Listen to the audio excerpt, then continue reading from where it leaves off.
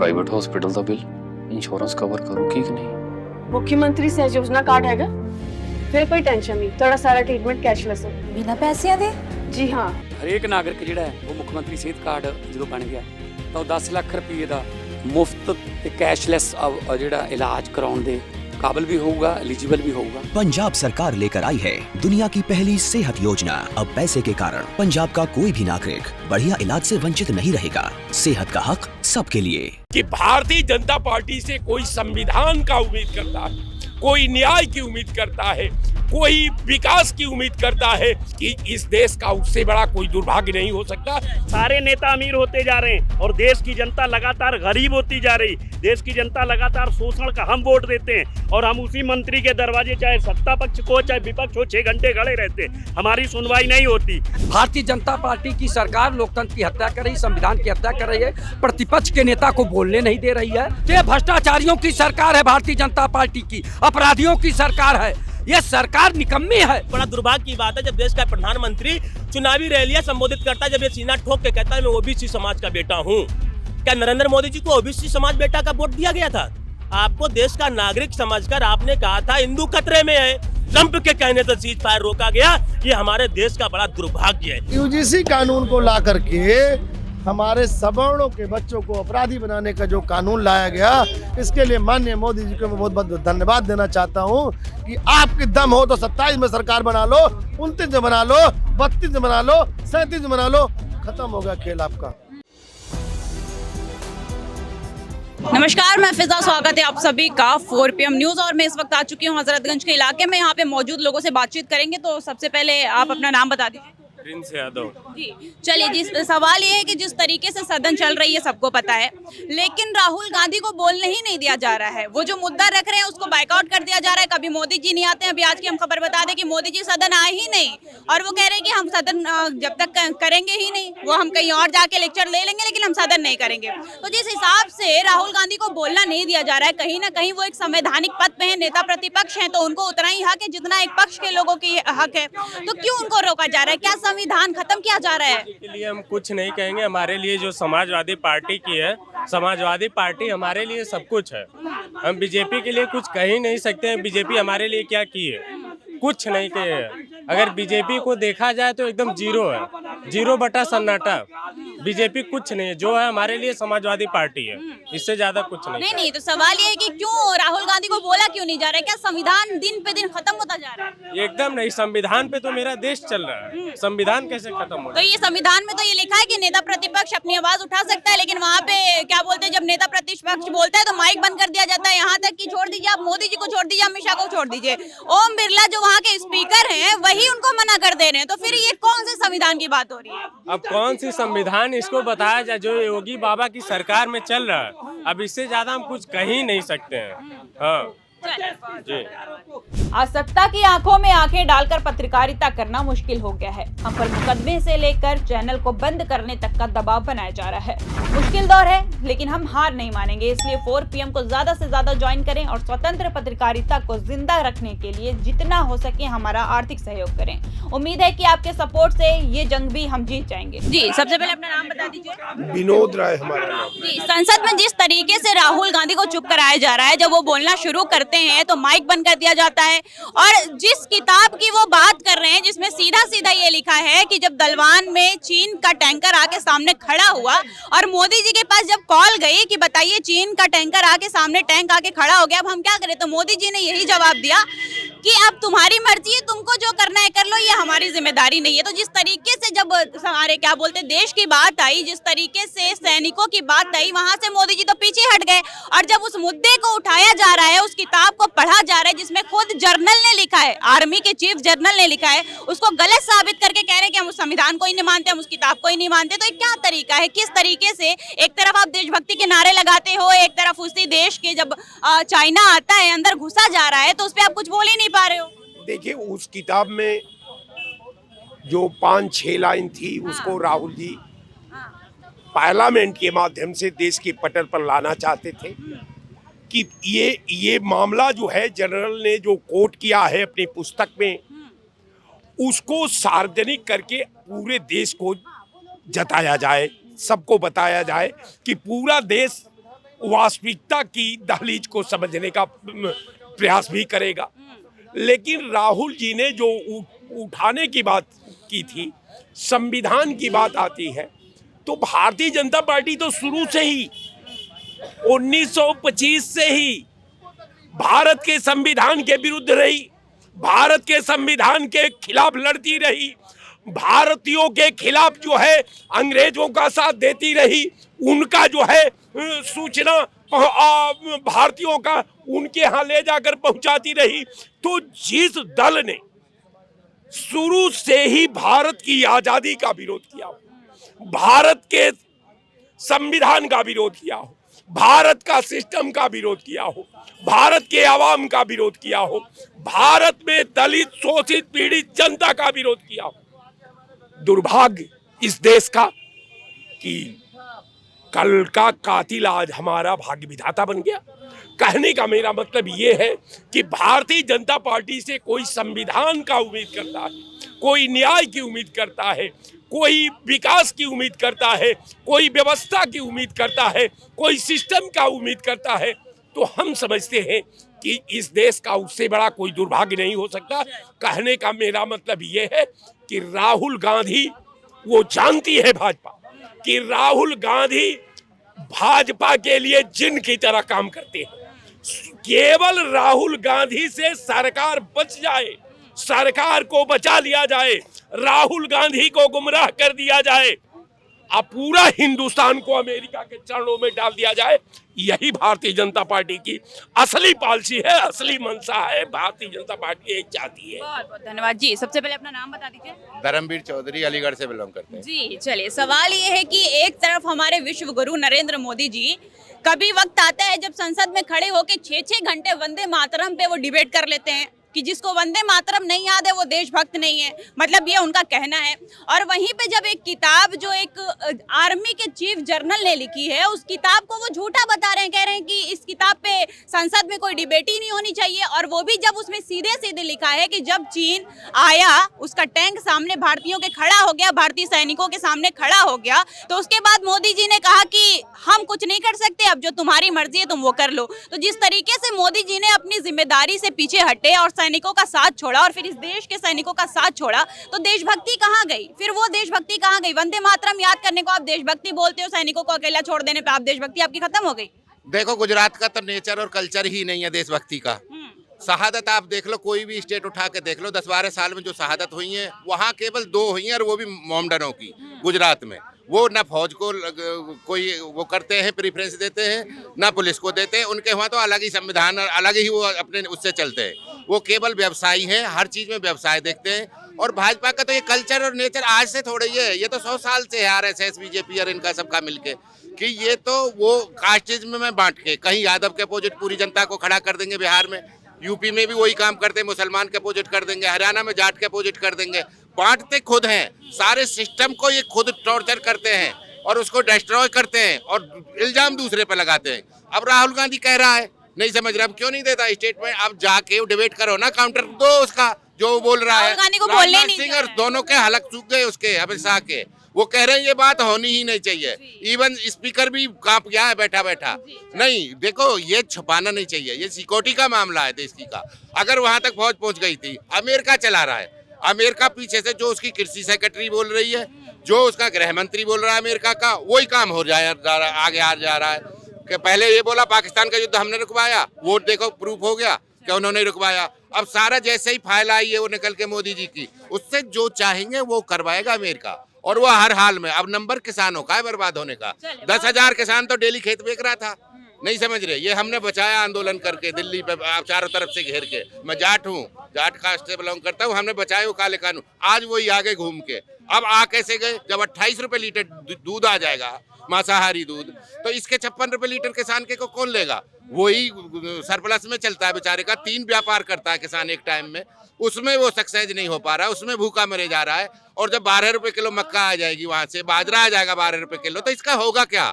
ये तो बर्बाद करना है इनसे देश को। चलिए, अपना नाम बता दीजिए। मेरा नाम मनु प्रताप है जी, सवाल ये है कि जिस तरीके से राहुल गांधी को रोका जा रहा है, जब वो बोलना शुरू कर रहे हैं, वो किताब जो एक किताब जिसने बीजेपी की पूरी नींव हिला दी। एक मिनट मैडम, आप जसवंत सिंह रावत का नाम सुने हैं? जी, बहुत बताइए। अच्छे से सुने हाँ, होंगे। हाँ। जसवंत सिंह रावत, जिनकी वजह से आज अरुणाचल प्रदेश भारत का हिस्सा है।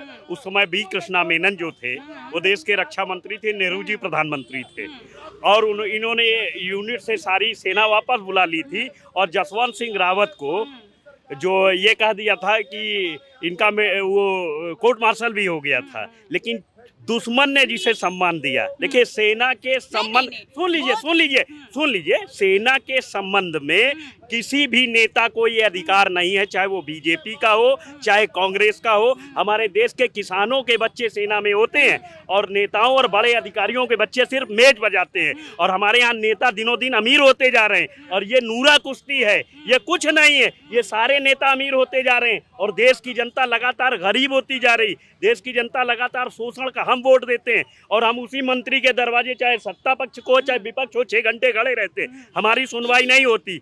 हमारा राइट टू इन्फॉर्मेशन का अधिकार छीन लिया गया, धीरे धीरे गला दाब दिया गया। किसने छीना है, इसका भी तो जवाब होगा आपके पास। सबसे पहले तो मनमोहन सिंह जी ने वित्त पे रोक लगाई, अखिलेश यादव जी ने 2015 का संशोधन किया, और योगी जी ने तो ऐसे लोग बैठा दिए हैं। मैं तो सारे नेताओं को कहता हूं कि इन नेताओं के बच्चे बॉर्डर पर क्यों नहीं हैं? हाँ, चलिए, आपका सवाल का जवाब। इन्होंने कहा कि आपने कहा कि सैनिक के बारे में या देश के अरे तो सुन तो लीजिए, सवाल सुन लीजिए। ठीक है, आपने कहा कि देश के किसान का बच्चा लड़ता है। राहुल गांधी वही तो बात वो कह रहे थे कि वो किताब में किसी और ने नहीं लिखी थी, वहाँ चीफ जर्नल ने ही वो किताब लिखी है। ये नहीं कि किसी आम आदमी ने, किसी किसान ने, हमने आपने लिख दी। वो एक आर्मी का चीफ ने। अरे सुन लीजिए सवाल, मैं आपको बता रहा हूँ, तो मैं सवाल कर लेंगे तब तो। इन्होंने जो एक मनुवाद का शिगुफा छोड़ दिया है, आधे विरोधी हैं और आधे समर्थक हैं, और ये किसी को नहीं मालूम है कि मनु ने कब किस समय में ये जो कानून लिखा, और आज देश की स्थिति यही बनी। मैं आपको बता दूं, वो किताब, मैं आपको बता दूं कि वो किताब अभी तक पब्लिश नहीं की गई है, क्योंकि बीजेपी की ऊपर से नीचे तक हिल चुकी है वो किताब। अरे बीजेपी से मैं बीजेपी के पक्ष रख के बात नहीं करता हूँ, मैं तो सारे। अच्छा, राहुल गांधी को बोलने नहीं दिया रहा है, इस पे आप क्या कहना चाहते हैं? राहुल गांधी को बोलने नहीं दिया जा रहा है उस किताब के बारे में। राहुल गांधी को मना कौन करता है भाई? अरे कैसी बात कर रहे हैं? आपने संसद देखी? आपने संसद देखी? संसद में तो समय बर्बाद करने जाते हैं, इन लोगों पे तो चार्ज लगना चाहिए। देश के पैसे पे मौज करते हैं। एक नेता की इतनी बड़ी सिक्योरिटी क्यों है? इतने बड़े बड़े बंगले क्यों हैं? इनको क्या आवश्यकता है, जब देश की जनता ने ही इनको चुन के भेजा है? चाहे सत्ता हो चाहे विपक्ष हो, क्या जरूरत है इनको इतने बड़े बंगलों की? क्या जरूरत है इतनी हाई सिक्योरिटी की? आपने रंग भारती में विष्णु प्रभाकर की लिखी हुई सीमा रेखा एकांकी पढ़ी है? हम तो ब्रजभूषण शरण राजपूत जैसे आदमी को विधायक या प्रधानमंत्री चुनना चाहेंगे, जिसने कहा है कि आरटी पार्टी कुछ नहीं, हमें जनता ने चुना है, हम जनता के साथ खड़े। ऐसा आदमी देश का मुख्य, ऐसे विधायक और ऐसे सांसद देश के मुख्यमंत्री और प्रधानमंत्री हो जो जनता की बात सोचें, जनता का विकास करें, ना कि अपनी जेब का विकास करें। और जब बात आ जाए छापे की, सबसे पहले तो सारे नेताओं के और सारे अधिकारियों के वित्त की जानकारी मेरे मुद्दे से भटक रहे हैं। मैंने आपसे सवाल कुछ आप गौर किया, आप जवाब मैं भी तो आपके साथ नहीं, मैं आप जवाब आप लोकतंत्र की चौथी। अरे तो लोकतंत्र की ही बात हो रही थी ना। आप अच्छा ठीक है, चलिए आप सुनिए ना। मैंने कहा आप आरटीआई भवन जा करके मुख्य सूचना आयुक्त से सवाल क्यों नहीं पूछती जाते? क्योंकि वहाँ पत्रकार इसलिए नहीं जाते कि पत्रकार परिषद से वहाँ लोग बैठाए गए इसीलिए कि मीडिया उनके लिए खामोश रहे। वहाँ सबसे ज्यादा भ्रष्टाचार हो रहा, प्रताड़ना हो रही। अब जरूरी तो नहीं कि हर मीडिया दलाली कर ले। नहीं, वहाँ बैठे हुए पत्रकार तो सब यही कर रहे हैं ना, इसीलिए पत्रकार तो इसीलिए तो सवाल मैं आपसे करने आई। सरकारों ने उनके कोटे इसीलिए फिक्स करे कि मीडिया जो है राइट टू इन्फॉर्मेशन, जब 250 रुपए प्रतिदिन का अर्थदंड 30 दिन में है, और फिर भी आज तक 19 करोड़ 93,50,000 बजट है। मैं पूछना चाहता हूँ सरकारों से कि या तो फिर आप आरटीआई भवन बंद करिए, और या फिर जो है जनता को जवाब दिलाइए। अच्छा चले, अब आपने बोल दिया। मेरा एक सवाल आखिरी, आपने मीडिया की बात की, आपने कहा कि मीडिया को सवाल करना चाहिए। निर्मला सीतारमण जब बजट पास कर रही थी, एक वहीं पर, अरे मेरी बात ही नहीं सुन रहे यार, मेरी बात तो सुनिए, पहले बताइए ना, मेरे सवाल तो सुन लीजिए, सारे सवाल का जब सुनिए तो। आपके बजट की ही बात कर रही हूँ, आपके जनता की ही बात कर रही हूँ। जब एक सड़क पर बजट पास होता है, कोई भी सरकार करती है, बजट पास होता, सड़क बनती है, सड़क बनती है, फिर उस पर टोल बनाया जाता है, टोल की वसूली होती, कहते जो पैसा ठेकेदारों का लगा है वो वसूल हो रहा है, तो बजट में पास पैसा कहाँ ले जाती है सरकार? सरकार बजट में चलिए, इनसे सवाल कुछ और किया जा रहा है, जवाब ये कुछ और दे रहे हैं। चलिए, जिस हिसाब से राहुल गांधी को रोका जा रहा है, इन्होंने कहा कि सेनाओं की बात नहीं करनी चाहिए, तो कुछ गलत तो था नहीं, वो सिर्फ वही किताब दे रहे थे जो एक चीफ जर्नल वहाँ के लिखे, जो जिन्होंने अपनी 30-40 साल जिंदगी सेवाओं में निकाल दी, सेना की सेवाओं में निकाल दी, वो किताब लिखते हैं, लोग उसको झुठला दे रहे हैं, उसका डिबेट करने जा रहे हैं तो लोग कह रहे हैं कि इस किताब पे और इस चीज पे बहस नहीं होनी चाहिए सदन में। मोदी जी इतने डर गए कि आज सदन ही नहीं आए, इस पे आप क्या कहना चाहोगे? देखिए, ये लोकतंत्र की हत्या भारतीय जनता पार्टी की सरकार में हो रही, संविधान की हत्या हो रही है। प्रतिपक्ष के नेता राहुल गांधी जी हैं, कम से कम उनको 60% लोग जो है वोट किए हैं, और प्रतिपक्ष के नेता को बोलने का अधिकार है, उनकी बात सुनी जानी चाहिए। लेकिन भारतीय जनता पार्टी की सरकार लोकतंत्र की हत्या कर रही, संविधान की हत्या कर रही है, प्रतिपक्ष के नेता को बोलने नहीं दे रही है।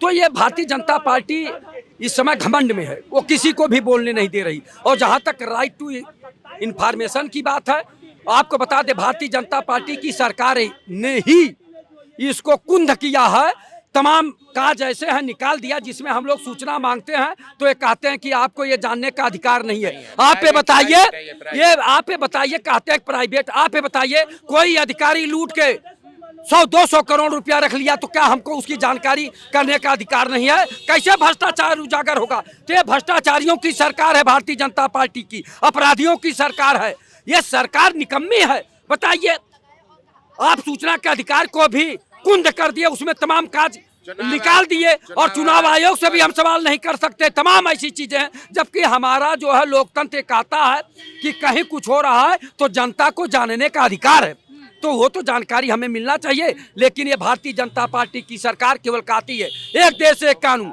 एक देश एक संविधान, लेकिन कहाँ एक देश एक संविधान है, कहाँ एक देश एक कानून है? अमीर के लिए अलग है, गरीब के लिए अलग है। आप ये बताइए, कहाँ मिल पा रहा है न्याय, कहाँ मिल पा रहा है? बताइए, गरीब का आदमी थोड़ा सा गलत कर देगा, पुलिस 4 डंडा मार के बंद कर देती है, अमीरों को कहाँ छू रही है?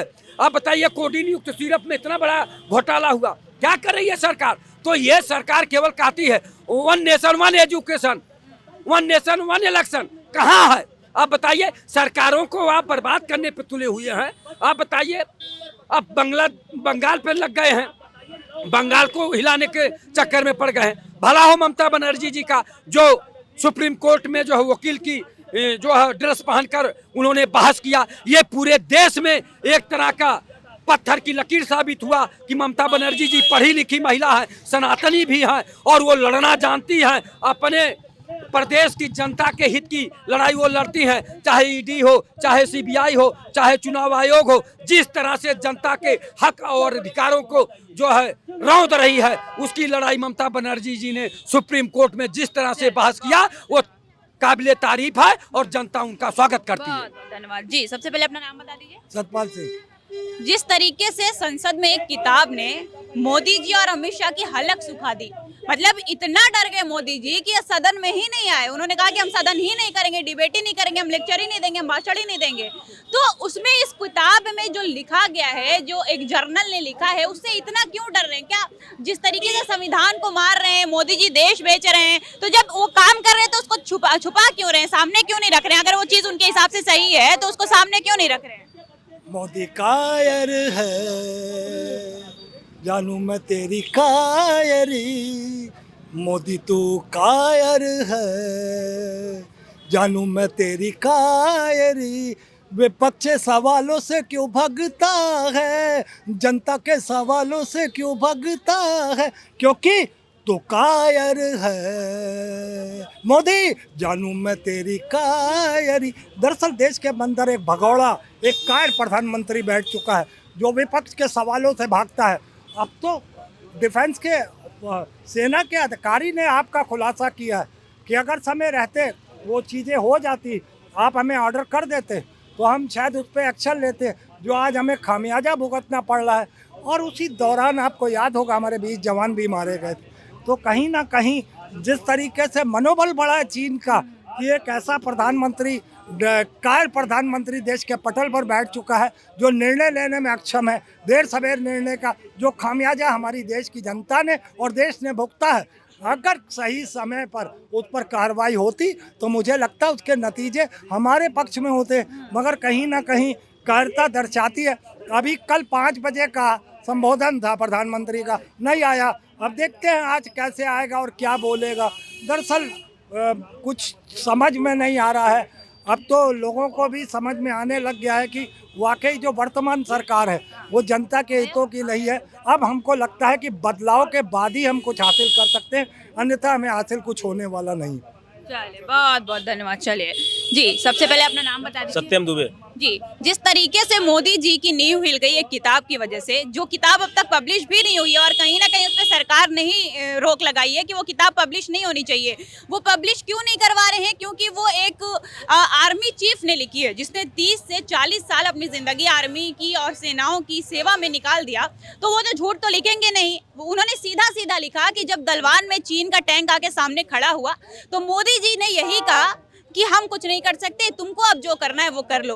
तो एक इस बात को जब राहुल गांधी ने संसद में रखा तो उनको तो बोलने नहीं दिया गया, माइक बंद कर दिया गया। मोदी जी अमित शाह की तो सांस रुकी ही, स्पीकर की ओम बिरला ने ही रुकवा दिया, कहा कि इस बात पे चर्चा नहीं होनी चाहिए। तो आज से कुछ दिन पहले जब वंदे मातरम पे 6 घंटे ये डिबेट हुई थी और कहा गया था कि जिसको वंदे मातरम नहीं याद है वो देशभक्त नहीं है, तो जब आर्मी के ऊपर बात हो रही है तो उसको रोका जा रहा है, तो ये फिर तो ये भी तो देशभक्ति नहीं है ना। तो इस पे आप क्या कहना चाहोगे? देखिए, अगर आर्मी के जो फैसले होते हैं, आर्मी अगर सबसे बड़ा देशभक्त है, राष्ट्रभक्त है, तो सबसे बड़ी आर्मी है।